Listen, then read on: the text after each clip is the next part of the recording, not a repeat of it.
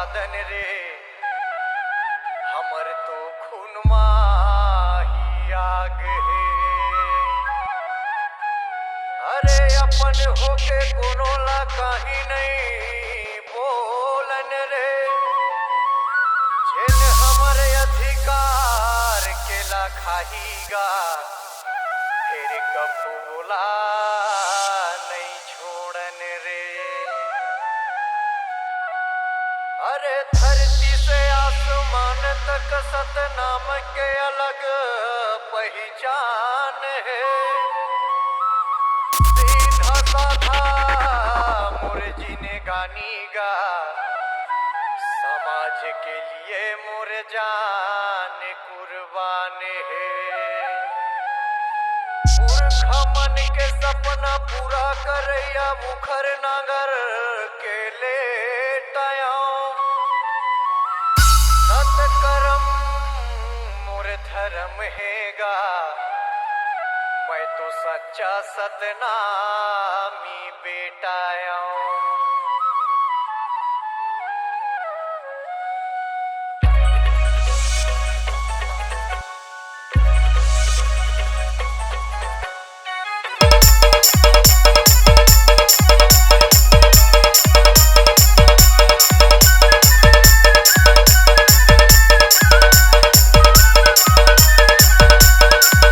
DJ Devraj।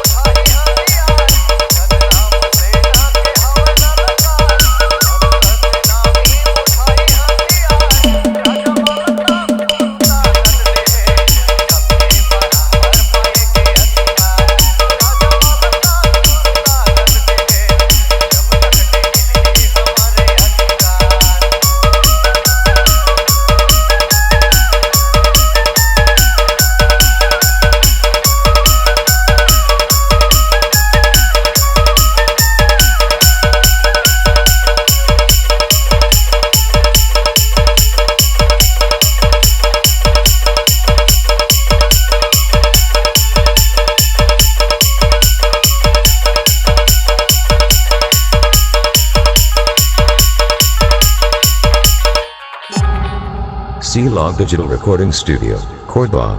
Contact number 9907119215.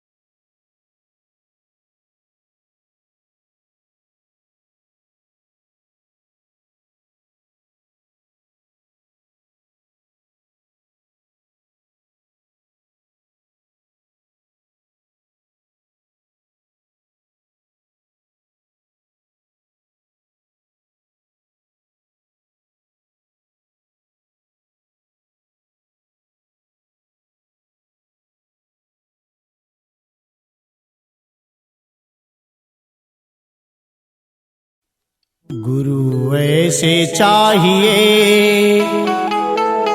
जैसे बाबा घासीदास, मानव हित के काम करे ये दुनिया में खास। एकरे खातिर दुनिया में सतमा करे विश्वास। धन धन बाबा गुरु घासीदास जी, मानव समाज में लगे आस। बोले परम पूज्य गुरु घासीदास बाबा की जय।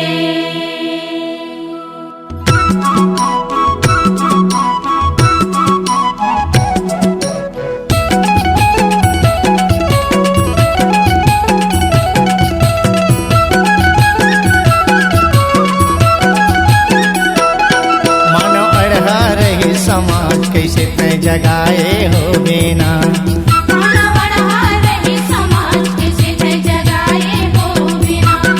मानव अड़हा रहे समाज कैसे तय जगाए हो बेना।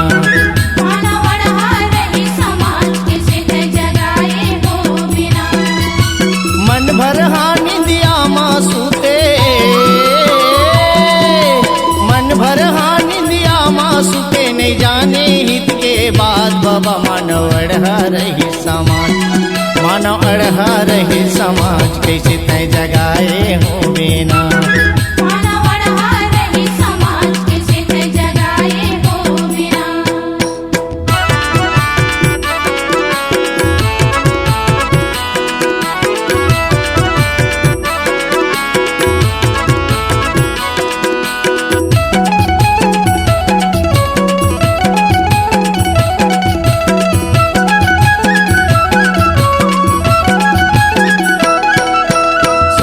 भाईचारा बनाए के उठाए तै वीरा, बाबा उठाए तै वीरा।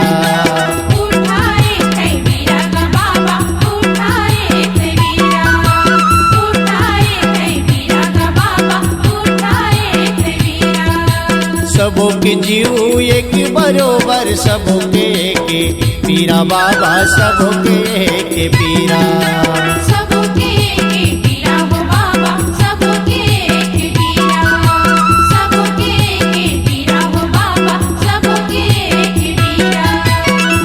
भंडारी साटीदार संग, महन भंडारी साटीदार संग मिलके करे ते काज। बाबा मानव अड़हा रही समाज।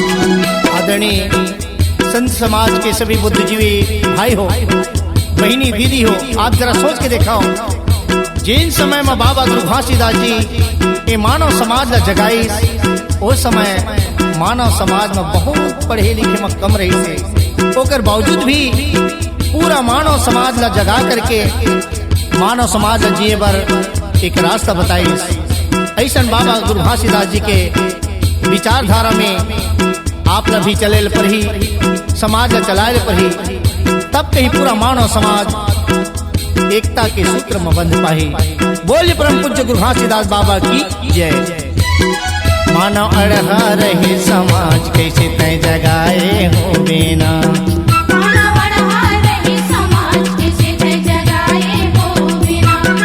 मानव अड़हा रहे समाज कैसे तय जगाए हो बेना।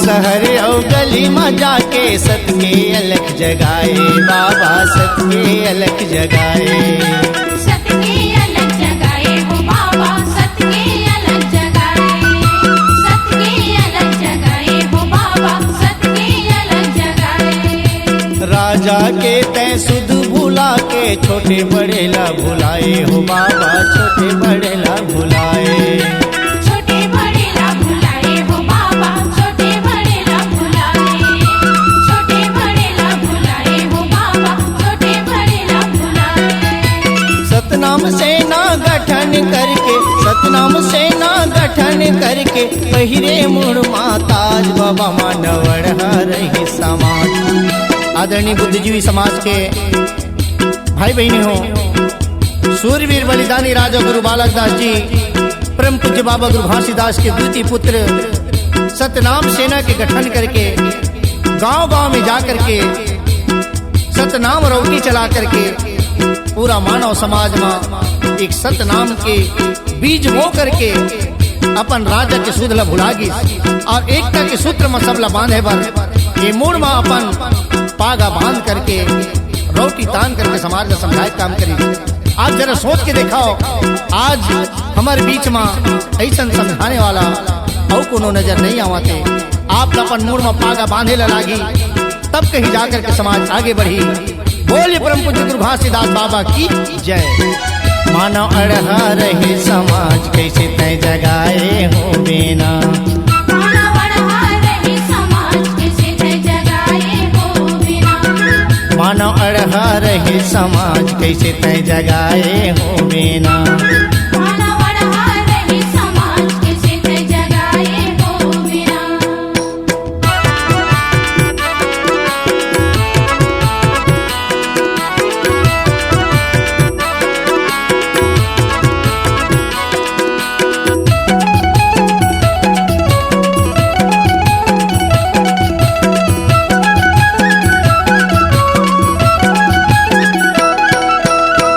तलवार के बीच जैत खाम दे हमला निशानी हो बाबा दे हमला निशानी।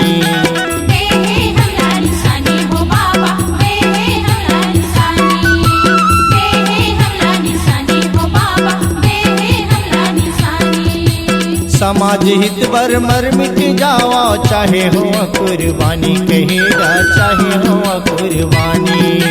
चाहे हो कुर्बानी कहेगा, चाहे हो कुर्बानी, चाहे हो कुर्बानी कहेगा, चाहे हो कुर्बानी। मांगे माँ तो भिख मिलते, मांगे माँ तो भिख मिलते, छीने में मिलते राज बाबा मानवड़ रही समाज। आदरणीय दाई दादा भाई बंधु हो, दो तलवार के बीच जैत खाम दे हमला निशानी। एक अपन रक्षा करे खातिर बर, एक धर्म के रक्षा करे खातिर बर सूरवीर बलिदानी राजा गुरु बालक दास जी दो तलवार के बीच में जैत खाम के निशान हमला दी। एक रे खातिर समाज में आज एकता सूत्र भाईचारा के जो नजर आते वो सूरवीर बलिदानी राजा गुरु बालक दास जी के देहे। मांगे माँ एकमात्र भीख मिलते, राजनीतिक अधिकार नहीं मिला। एक खातिर आप लोग सोचना है और आप लोग समझना है। एक खातिर बर एक महान बुद्धिमान विद्वान के कहना है, देने वाले समाज में लायक पैदा होता है लेकिन मांगने वाले समाज में नालायक पैदा होता है। आप लोग लायक बनना है या नालायक? बोलिए परम पूज्य गुरु घासीदास बाबा की जय। मानो अड़हा रहे समाज कैसे तय जगाए हो बेना, मानो अड़हा रहे समाज कैसे तय जगाए हो बिना, मानो अड़हा रहे समाज कैसे तय जगाए हो बेना। मानो अड़हा रहे समाज कैसे तय जगाए हो बिना। मन भर निंदिया मासूते, मन भर निंदिया मासूते नहीं जाने हित के बाद बाबा मानव